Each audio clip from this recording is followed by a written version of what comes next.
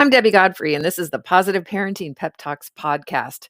In season 2, I'm answering your questions about parenting. So feel free to go to the link in the description and leave me a voice message, and I may answer your question on this podcast. Thank you so much for listening, and enjoy today's pep talk. In the spirit of letting kids try to figure things out without us constantly coming to the rescue, sometimes it's really just one attacking the other. We want Madison to defend herself, but constantly being harped on by her little sister is wearing for her. So when should we step in and intervene? And should you bother listening to both sides of the story or just split them up and walk away? And I'm actually going to move over to one of Julie's questions because it's almost exactly the same thing.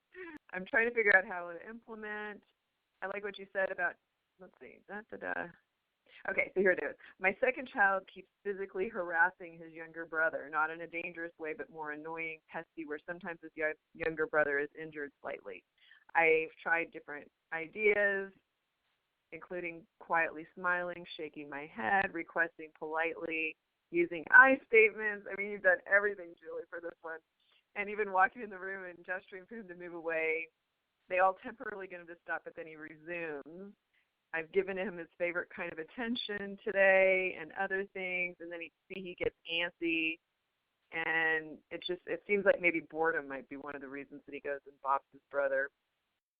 Okay, and so then the end of this is I feel like if I let him continue, it's being both permissive and unfair to his younger brother, and I think that's along the same vein of what Valerie and John are asking in terms of, when do you intervene, how much do you let him fight, and I'm going to tell both of you guys there's not a pat answer to this. One of your jobs as parents is to continually help them with, I like to think of our job really as a mediator. And what you get when you've got this set up as one kid's kind of acting like the bully and one kid's kind of acting like the victim, those roles get established and entrenched, and then it gets really hard to back out of them. And what you both have right now is one that looks really, really like mean and one that looks really, really helpless. And in some ways that's true, but you could also look at it as they're both getting something out of it. And the one that's getting victimized is getting a lot of, attention and protection because they're getting hurt. And so everybody's getting a goodie in that one. And so what you want to try to do is throw a monkey wrench into this. Now, I don't know if you guys, when I got both of these questions from you that were very similar, I actually went back and reread in chapter 1 in the workbook. We have, several pages of ideas for handling the kids fighting, and it starts on page 1-5 in your workbook, and it goes for 3 pages. And I don't know if you guys have read through that lately, but there's a lot of really good ideas in here for how to help your kids start learning to work together and some of the reasons that they fight and some of the things that actually make it worse, like using competition.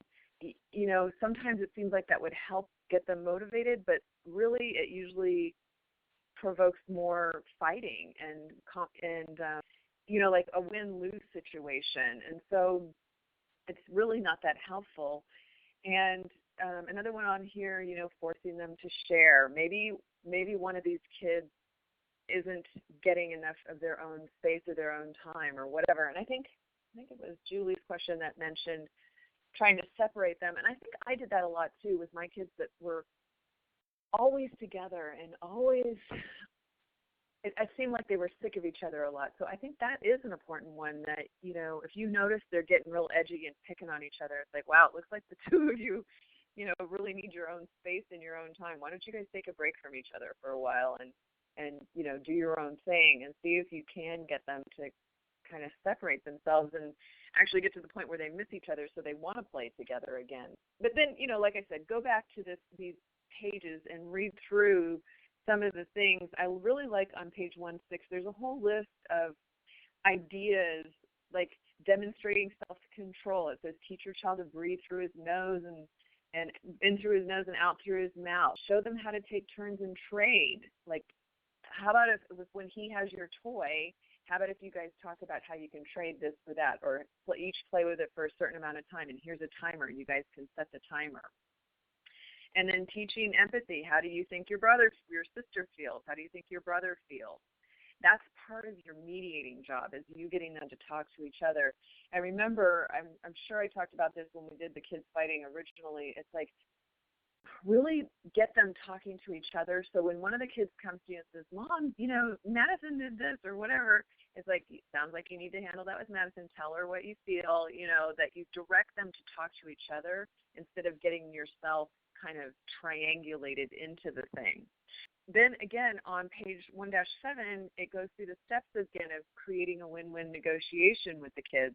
This is back to the, solving the kids fighting. When they're fighting over something, getting in there first silently, getting on their level and waiting till the fighting calms down, and then going through helping them, like, how can you guys both work this out so that you're happy, that, that both of you can win? What do you need to do so that both of you feel like you're getting out of this what you want?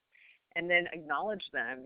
That was a great idea. That was really creative. I love the way you two work that out. Those acknowledgments, when you see them cooperating and working things out, you want to really acknowledge those moments, because that'll help build them. They'll do that more. The things that you recognize and acknowledge, they'll do more of. And that's why yelling at them when they're fighting, they do more of that. You're recognizing them, even though it's negative. Kids don't really care whether they're getting positive or negative recognition. Recognition is recognition. So you want to make sure you're giving a lot of it when they're doing well. So catch them doing well.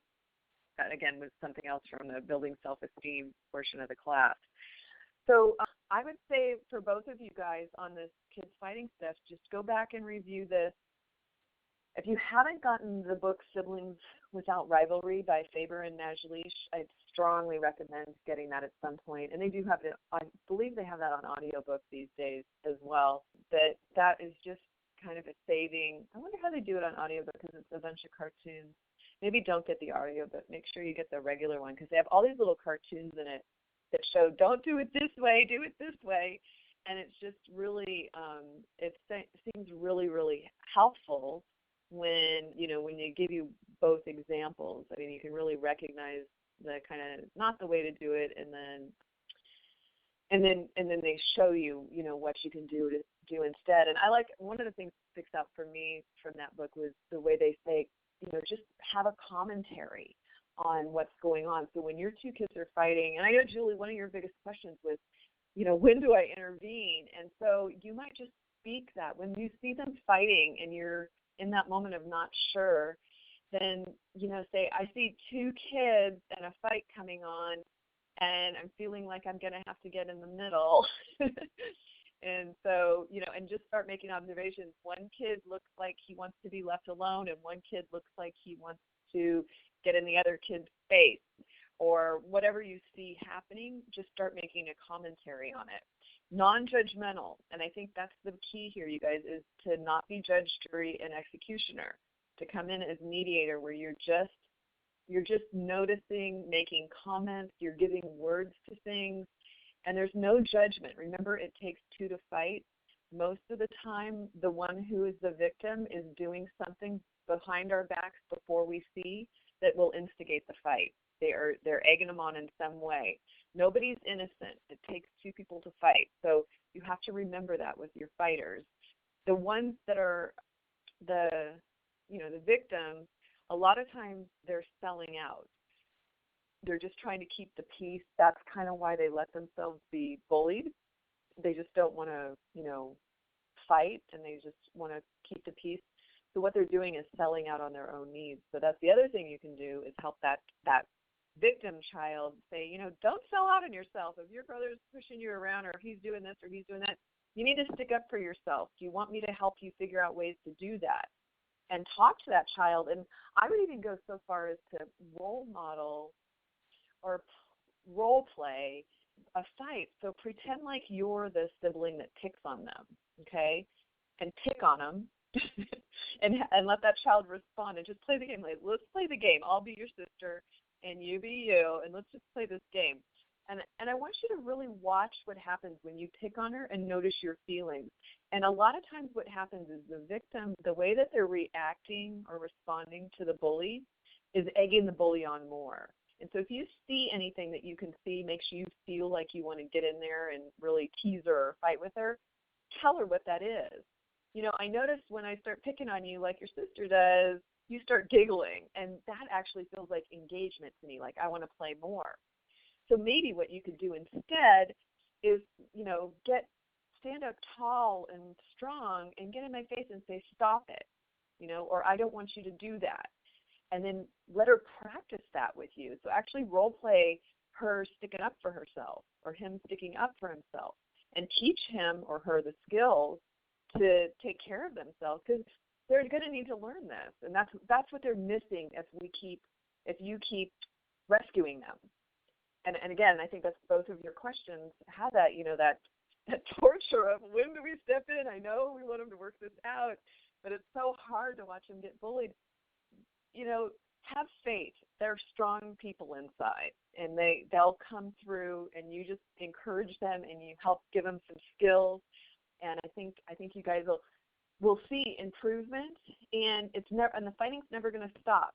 Okay, it's part of the game. It's part of how they're learning to relate.